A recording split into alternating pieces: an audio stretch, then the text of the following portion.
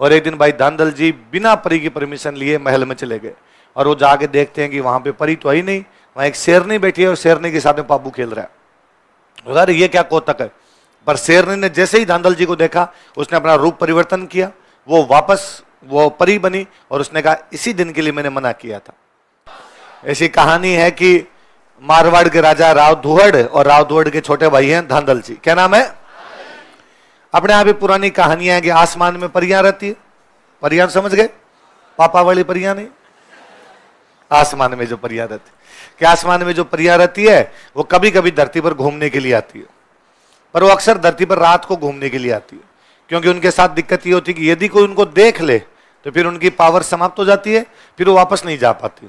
इसलिए दिन में नहीं आती। दिन में कोई लोग देख सकते हैं, रात में धरती पे लोग सो जाते हैं, इसलिए चुपचाप रात को आती है, नाइट वॉक करके वापस चली जाती है। एक बार ऐसी कोई एक परी धरती पर उतरी, उतरना बेचारी को कहीं और होगा, गलती से उसका हेलीकॉप्टर लैंड कर गया मारवाड़। यहाँ गर्मी पड़े भयंकर वाली, उतरी तब उसको लगा अरे यार गलत जगह पे आ गए। गर्मी लगी उसको, वहां पास में एक तालाब था, उसे लगा क्यों ना मैं तालाब पे नहा लूं, मैं तालाब में नहा लूंगी, थोड़ी गर्मी नहीं लगेगी अपने को। तो तालाब में नहाने के लिए उतर गई। उधर जो धांधल जी थे उस दिन कहीं से नाइट में जा रहे थे, अपने किसी दूसरी जगह जा रहे थे। उनके घोड़े को प्यास लगी, चूंकि वो लोकल थे तो वो जानते थे यहाँ कहाँ पे तालाब कहाँ पे झील है, तो अपने घोड़े को उसी तालाब पे पानी पिलाने के लिए ले गए जहां पर वो परी नहा रही थी। जी धांधल जी पास पहुंचे, उन्होंने देखा रहे परी नहा रही है, धांधल जी तो स्टेच्यू हो गए। उस परी को थोड़ी देर बाद पता चला कि मेरे कोई देख रहा है। उस परी ने कहा कि मिस्टर तुम जो कोई भी हो पर धांधली कर रहे हो, इस प्रकार नहाती हुई महिला को देखना, और मेरे साथ तो दिक्कत यह है मैं परी हूं और मेरे को कोई देख लेता है फिर मैं वापस नहीं जा पाती हूं। तो धांधल जी ने कहा किसने कहा वापस जाना है? और धांधल जी ने लगभग घुटनों के बल बैठते हुए कहा कि विल यू मैरी मी? परी ने कहा मेरे पास और कोई इलाज भी नहीं, मैं तुमसे शादी कर लूंगी लेकिन मेरी दो शर्तें हैं। बताओ क्या शर्तें हैं? उसने कहा मेरी एक शर्त तो यह है कि मेरे से शादी करने के बाद मेरे को अलग से महल बनवा के देना पड़ेगा। धांधल जी ने कहा डन। और का दूसरी शर्त यह है कि उस महल में बिना मेरी परमिशन के कोई नहीं आ सकता। ठीक है, तुम भी नहीं आओगे? अरे पक्का। अब भाई उससे शादी की, परी से अलग से महल बनवा के दिया, जो कोई भी जाएगा परी की परमिशन लेके जाएगा। समय अंतराल पर एक बेटा हुआ, बेटे का नाम रखा गया पाबू। क्या नाम रखा गया? तो कहते हैं पाबू जी की मम्मी परी थे। पाबू जी की मम्मी, तो ऐसा कहते हैं कि भाई पाबू जी जितने अपने देवताओं में सबसे हैंडसम कोई देवता हुए तो वो कौन हुए? मम्मी पे चले गए। धांधल जी पे जाते तब तो क्या ही फूट रहे हुए होते हैं। मारवाड़ का आदमी तो भाई साहब कंपनी कलर अलग ही लेके आता है, बाद गर्म जलवायु जैसी जलवायु वैसा कंपनी कलर। पर मम्मी भी चले गए तो बड़े फूट रहे थे एकदम। अब बाबूजी बड़े हुए, परी के साथ बाबूजी रहते हैं महल के अंदर। और एक दिन धांधल जी को लगा कि यार ये क्या चक्कर है कि अपने को मना किया कि कोई भी बिना परमिशन के नहीं आएगा, ऐसा क्या है, आज चेक करते हैं जाके। और एक दिन भाई धांधल जी बिना परी की परमिशन लिए महल में चले गए और वो जाके देखते हैं कि वहां पे परी तो आई नहीं, वहां एक शेरनी बैठी है और शेरनी के साथ में पाबू खेल रहा है। अरे ये क्या कोतक है। पर शेरनी ने जैसे ही धांधल जी को देखा उसने अपना रूप परिवर्तन किया, वो वापस वो परी बनी और उसने कहा इसी दिन के लिए मैंने मना किया था कि मेरे में ये पावर है कि मैं जब अकेली रहती हूँ अपना रूप चेंज करती हूँ और मैं कुछ भी बन सकती हूँ, पर मेरे को देखना नहीं चाहिए। पर तूने कॉन्ट्रैक्ट तोड़ा है, तुमने आके मुझे देख लिया, अब मैं यहां पर नहीं रहूंगी। एक माँ की अपने बच्चे के प्रति दो इच्छाएं होती है, उसे दूध पिला के थोड़ा बड़ा करे, बड़ा हो जाए तो कंधे पे खिलाए, पीठ पे खिलाए। तो मैंने इसको दूध पिला के बड़ा तो कर दिया, पर इतना बड़ा भी नहीं हुआ कंधे और पीठ पे खिलाती। अब पीठ पे खिलाना और कंधे पे खिलाना तुम जानो, तुम्हारा काम जाने, मैं तो जा रही हूँ। परी वहां से चली गई। फिर कहते धांधल जी की एक रानी थे, उनका नाम था कमला दे। क्या नाम था?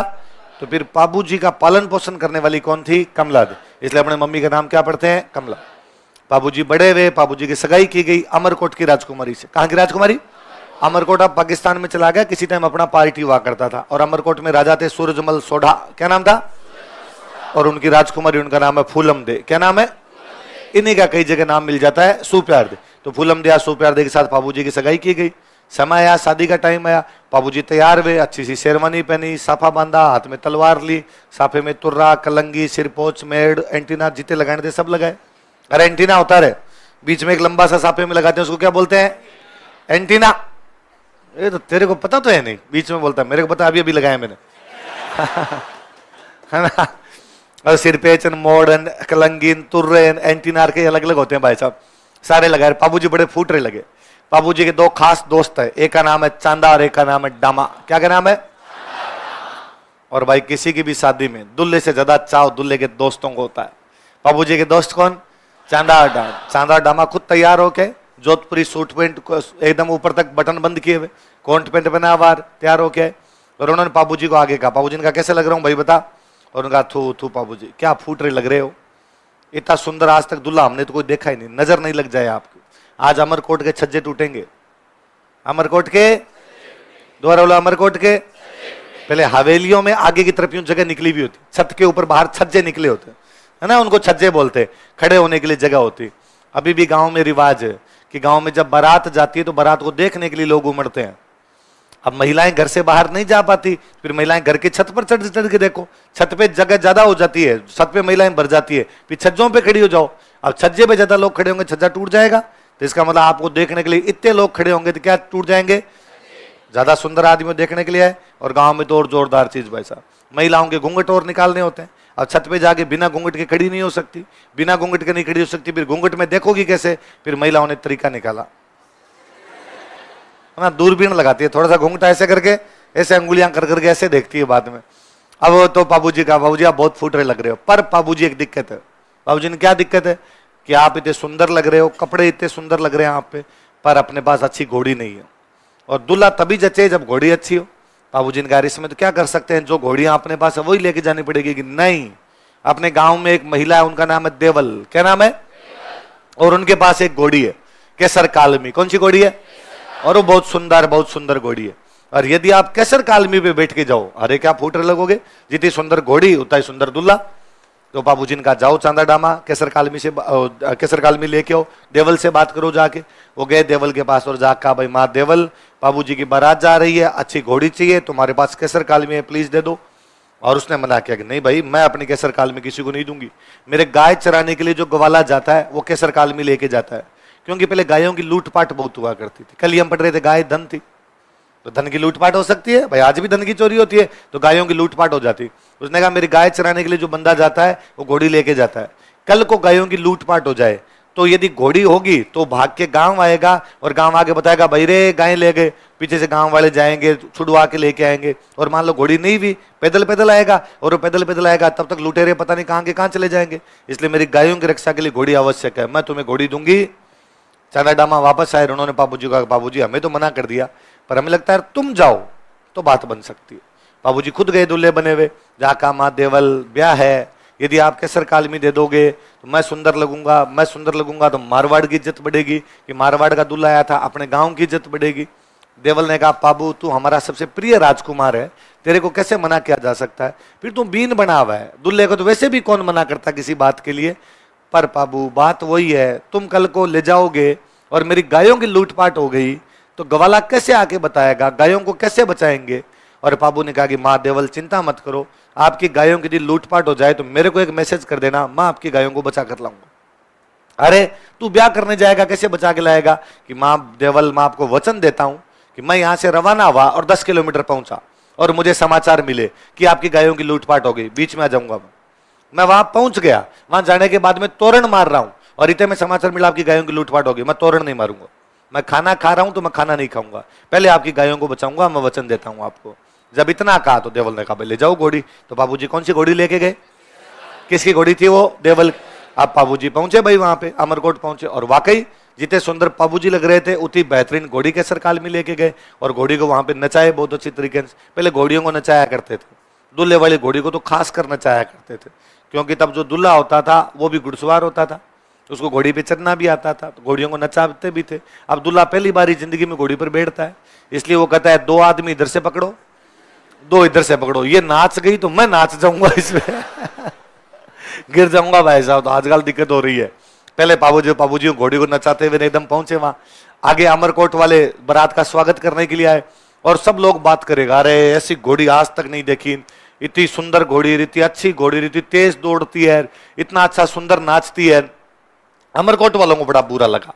बाबूजी के जो सालेर थे फुलमदे के भाई थे उनको बड़ा बुरा लगा। उन्होंने कहा इतनी क्या तारीफ कर रहे हो, हमारे पास कोई घोड़े नहीं है क्या?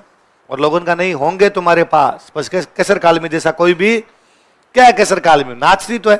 और घोड़ियों का जो ताकत है वो नाचने से पता नहीं चलती, उनकी ताकत पता चलती दौड़ती कितनी तेज है। दौड़ करवाओ, देखे बाबूजी ने कहा करवा लो। बाबूजी का साला अपना घोड़ा लेके आया, बाबूजी को कहा लो केसर काल मिलाओ, दौड़ करवाओ। बाबूजी ने कहा आज नहीं भाई, हमारी घोड़ी इतनी दूर चल के आई, थक के आई है, और तुम्हारा घोड़ा तो फ्रेश है, 2 दिन रुको, आराम करने दो घोड़ी को, फिर दौड़ लगवाएंगे। बाबूजी की साले ने कहा बस इतनी औकात है, डर गए। और ये क्या है, थक गई रही है घोड़ी, तो अच्छी होगी तो बाद में थकी हुई भी दौड़ लेगी। बाबूजी ने कहा कुछ भी कर सकते हो तुम, जयकांत सिकरे का ईगो हर्ट नहीं कर सकते, लगाओ दौड़ लगाओ। और बाबूजी की थकी हुई केसर काल में भी दौड़ी और उनके घोड़े को पीछे छोड़ दिया। अब तो केसर काल में के चारों तरफ चर्चे करे, केसर काल में कितनी अच्छी घोड़ी है। अब भाई बाबूजी तोरण मारने के लिए गए। तोरण मारना समझते हो, तोरण मारते हैं, तो उन्होंने तोरण बहुत ऊंचा मान दिया। तोरण मारना हिंदी का एक मुहावरा है जिसका मतलब होता है शक्ति प्रदर्शन करना। क्या मतलब होता है? पहले क्या होता, एक राजकुमारी से ब्याह करने के लिए 4 राजकुमार आ जाते, अब ब्याह किससे करें, तो तोरण ऊंचा बांध दिया करते, जो तोरण को टच कर देगा उसके साथ ब्याह करेंगे।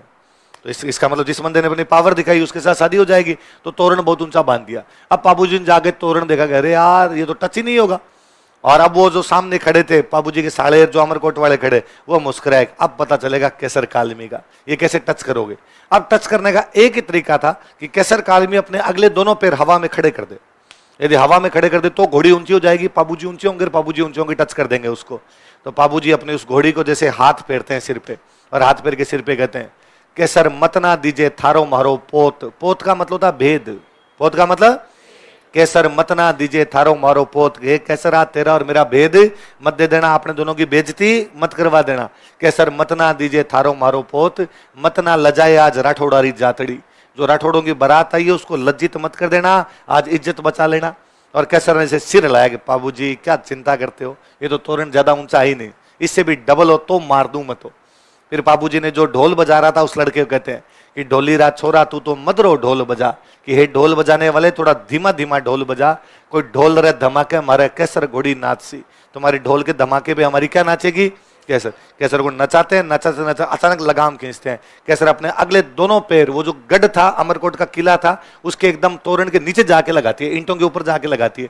बाबूजी आराम से टच करते हैं, वापस जब घोड़ी पैर उतारती है तो ईंटें साथ मिलाती है। ये जोर से उसने मारा था कि ईंटें तोड़ दी थी। अब बाबूजी नीचे उतरते हुए उनकी तरफ देखते हैं कि क्या हाल है।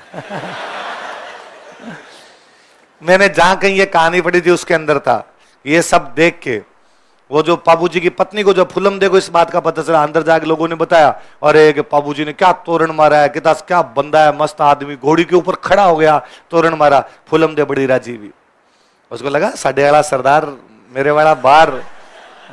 और उस कहानी में लिखा था कि ये सब सुन के फुलम दे की सारी सहेलियां जल गई। लड़कियों में ये वाला भाव तो भाई साहब है ना। अब भाई बाबूजी अंदर पहुंचे, बाबूजी अंदर जाने के बाद फेरे ले रहे हैं, और बाबूजी ने अभी 3 फेरे लिए। कितने फेरे लिए? 3 फेरे लिए। इतने में वो जो देवल जिनकी वो घोड़ी थी वो चीखते हुए, चिल्लाते हुए, गालियां निकाले हुए, बाल बिखेरे हुए वही फेरों में आ गए। मैंने पहले ही कहा था घोड़ी मत लेके जाओ, और उस दिन तो बड़ी बड़ी बातें कर रहा था, मैं तुम्हारी गायों को बचा लूंगा, और तुम कहां से बचा लोगे, यहां बैठ के फेरे लोगे, तुम्हें ब्याह करना है, किसी गाय लुट जाए तो लुट जाए। पूछा बाबूजी ने कि चिल देवल मां चिल, बात क्या हुई? मेरी गायों की चोरी हो गई, मैंने तुम्हें कहा था मेरी गायों की लूट हो जाएगी। कौन लूट के ले गया आपकी गायों को? कि जिंदराव खिंची। कौन लूट के ले गया? कौन लूट के ले गया? जायल का राजा था जिंदराव खिंची। नागौर में जगह पड़ती है जायल, कौन सी जगह? और जायल का राजा था, उसका नाम क्या था? जिंदराव खिंची। जिंदराव खिंची बाबूजी का रियल बहनोई है। बाबूजी की रियल बहन की शादी किसके साथ हो रखी थी? फिर आपका सवाल है सर ब्याह में क्यों नहीं है? साले का ब्याह है, उसके अंदर है नहीं है ना। शादी ब्याह में जीजा जी नाराज नहीं हो, फिर शादी ब्याह का मतलब ही क्या है ऐसा।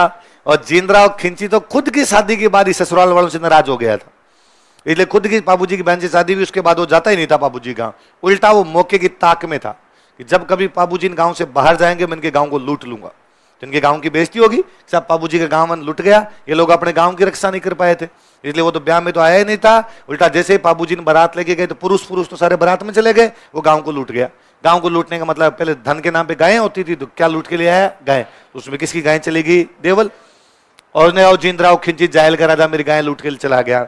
जैसे ही बाबूजी बात सुनते हैं, बाबूजी ने अभी 3 फेरे कंप्लीट किए थे, बाबूजी ने अमरकोट वालों को फुलम दे को कहते हैं कि सॉरी, मैं देवल को वचन दे के आया था कि मैं तुम्हारी गायें बचाऊंगा, इसलिए मुझे पहले गायें बचाने के लिए जाना है। यदि मैं जिंदा रहा तो वापस आऊंगा, वापस आके शादी कंप्लीट करूंगा, और यदि मैं लड़ता हुआ मारा गया तो फिर स्वर्ग में मिलेंगे और कोई चारा नहीं है। रघुकुल रीत सदा चली आई, प्राण जाई पर वचन न। मैं वचन दे के आऊं, मैं जाऊंगा। बाबूजी वापस आते हैं, जिंदराव खिंची का पीछा करते हैं। एक गांव पड़ता है जोधपुर में, देचू। कौन सा गांव है? इस देचू नाम के गांव में किससे लड़ाई करते हैं? जिंदराव खिंची, जो कि कहां का राजा था? जायल का राजा था। और जिंदराव खिंची के खिलाफ लड़ाई करते हैं। गाय तो बचा लेते हैं, पर उस लड़ाई में लड़ते हुए मारे जाते हैं। हमें लगा कि यार एक व्यक्ति जो गायों की रक्षा के लिए अपनी शादी छोड़ गया, एक व्यक्ति जो इसलिए अपना ब्याह छोड़ के आ गया कि उसने किसी को वचन दिए थे कि मैं तुम्हारी गायों की रक्षा करूंगा, हमें लगा इससे बड़ा महापुरुष कौन है। हमने उनको पूजना शुरू कर दिया। कोई पूछेगा हमारे कौन से देवता जो अपना ब्याह बीच में छोड़कर आ गए थे, किसकी रक्षा के लिए? गायें किसकी थी वो? कौन से गांव में लड़े? किसके खिलाफ लड़े? जिंदराव खिंची, जो कि कहां का राजा था? कितने फेरों के बाद आगे? कितने फेरों के बाद? लिखो।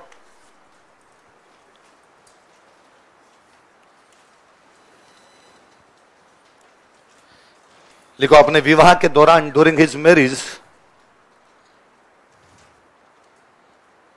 अपने विवाह के दौरान, ड्यूरिंग हिज मैरिज,